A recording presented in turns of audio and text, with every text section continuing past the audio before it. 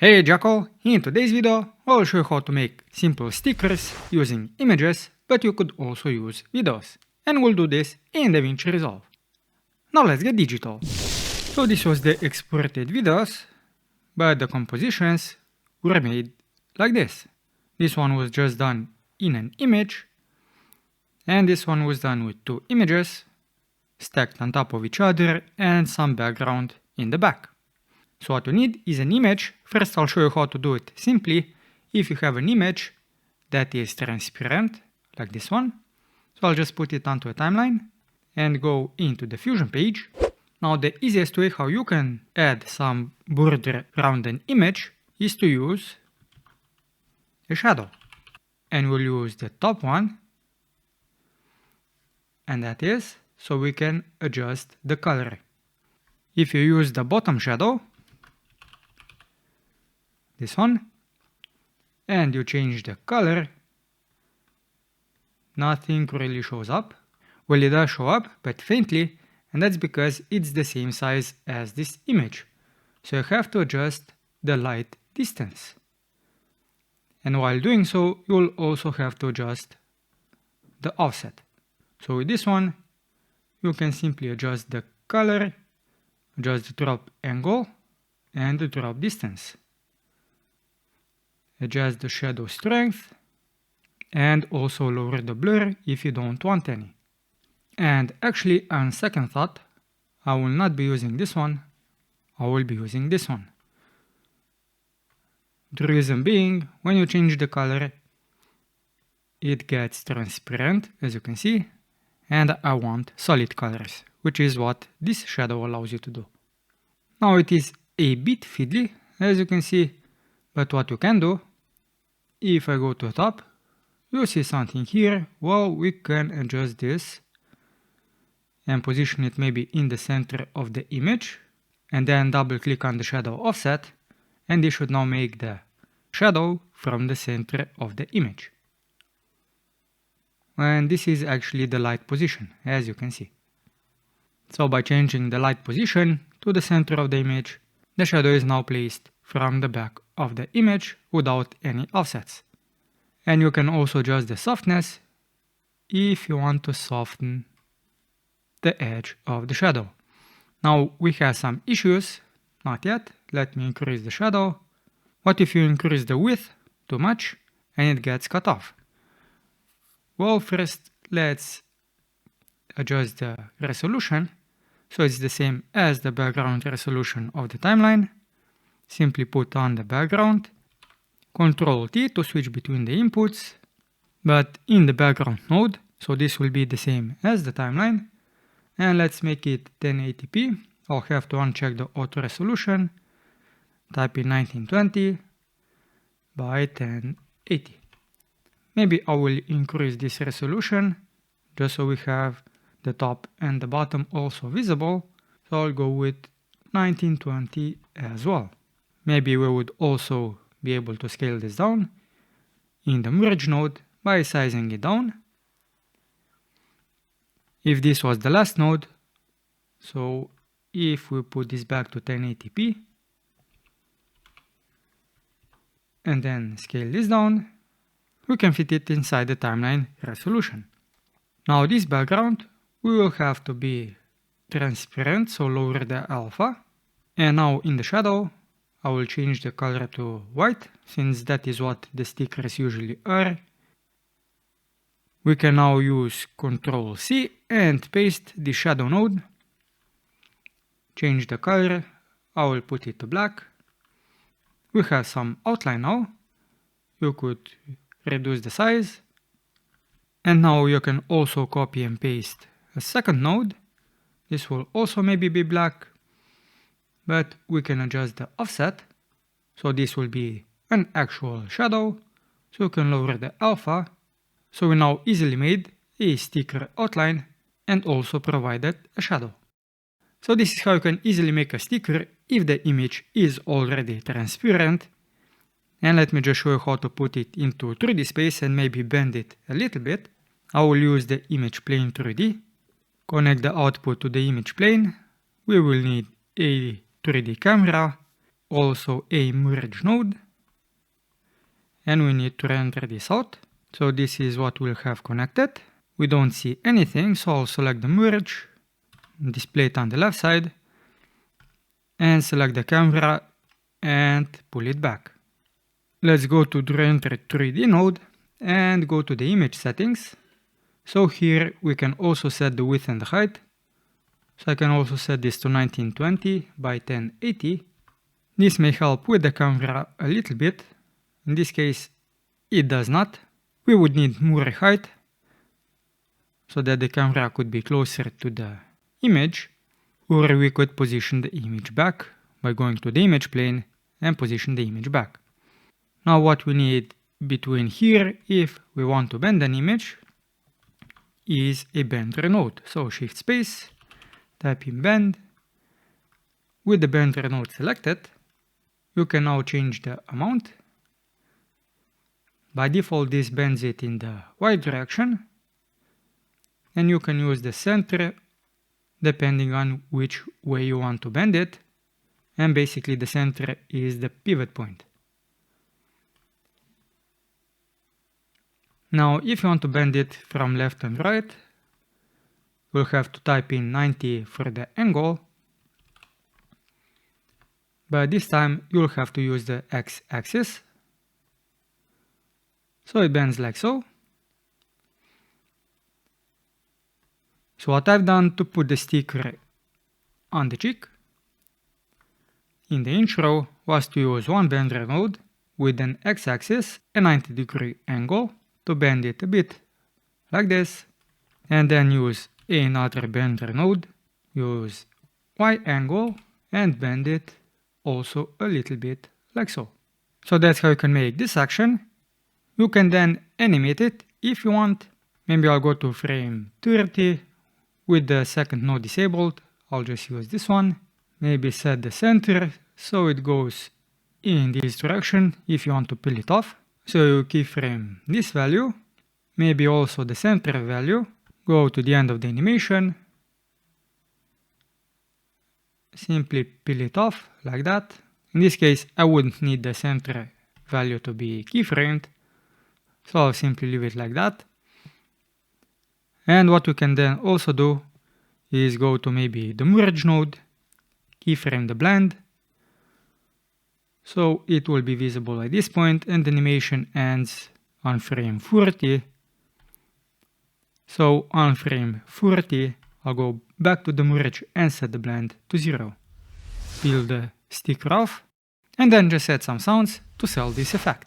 Now the other way how you can do it, if you have an image like this one that is not transparent, so in this case you can just use the shadow node because it will apply to the whole image. We just want this little guy. So first, because the image is huge, as you can see, I'll go to the background node, set this to 1920 by 1080, and flip this around, Ctrl T, and we can make this small by lowering the size and maybe changing the position. We can now connect this to a new merge in the foreground, and if we also connect it to the background, let's just see what happens if we use an ellipse. Display this on the left side, and if we change the position of the merge, it is moving inside the ellipse, which is maybe not what you want. You want to isolate the subject. We'll just use the merge and the background to set the width and the height, but we'll use it on the media in, and we'll use the polygon to make a custom outline. So we can connect the polygon to the media in, but by doing so, we have to invert the selection so we can actually see the image. And also with the polygon selected, if you see any keyframe that is white like this, go to this keyframe. You will also be able to click on this arrow and simply uncheck every keyframe that is red, because you don't want this to be animated, at least not at the beginning when you make the selection. So now I'll simply zoom in with the polygon selected and also the media in displayed so we can see the whole image, and I will make a quick selection. You can always come back to the selection to make it nicer looking. Now we don't see the subject because the option is set to invert. We have to disable it to see it, just like that. But now we have to get the background back. The easiest way to do that is to copy the media in, paste it, and paste it as an instance. So right click, paste as an instance, and I'll just connect the polygon to the instance. We can now merge these two together. So select a merge. This will be the background, so connect it as the background, and this will be in the front. If I display it on the left side, it should be the same as the one on the right, but the difference being, if I now use the center X and Y, I can offset the cutout that I made with the polygon, which is exactly what I can do. And now, because this instance is basically a transparent image, you can now add all of the shadows that you wanted.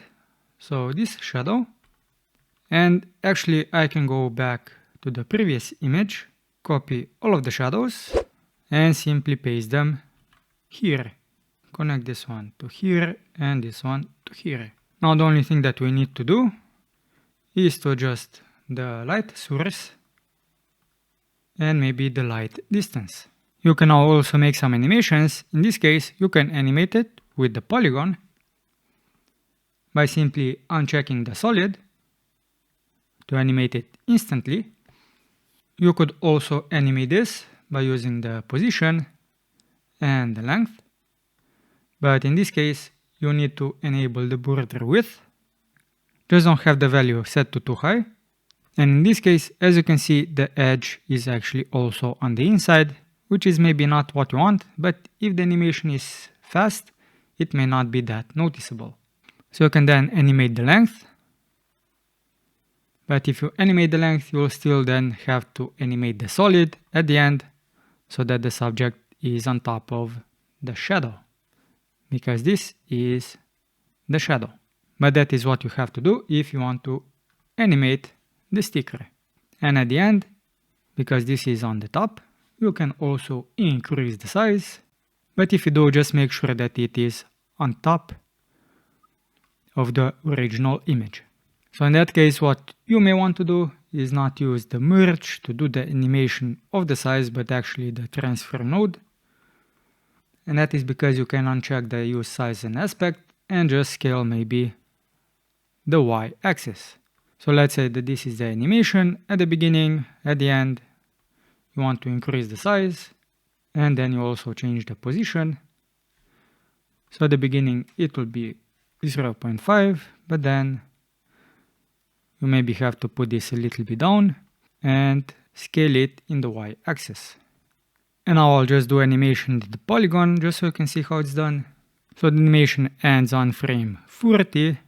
In the polygon, I will disable the solid, keyframe it, and it will be solid on frame 40, so solid. But before then, I will have some border width. So I also have to animate the border width. This will be 0.06. Then at 40, this will be default.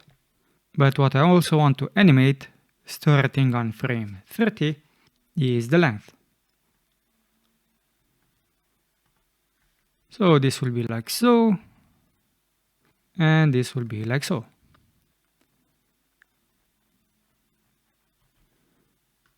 It may not look the best, and also we have something here. If I zoom in, as you can see, with the polygon selected, you have to change the style to flat. So don't have a point of the polygon. Now if you go into the edit page, but we have to connect this to the media out so we can actually see it. Now this is the effect done. What you can also do, instead of using the instance of the media in node, is to use a merge node, a background node, set to transparent. We just want the size from this, and this will be the same size as the image. So this will go to the back. You connect the media in to the front, connect the polygon as a mask, and this will go into the shadow. So you don't have an instance of the media in node connected. And also, because we made the cutout with the polygon, you can also go to the polygon and adjust the soft edge by a tiny bit.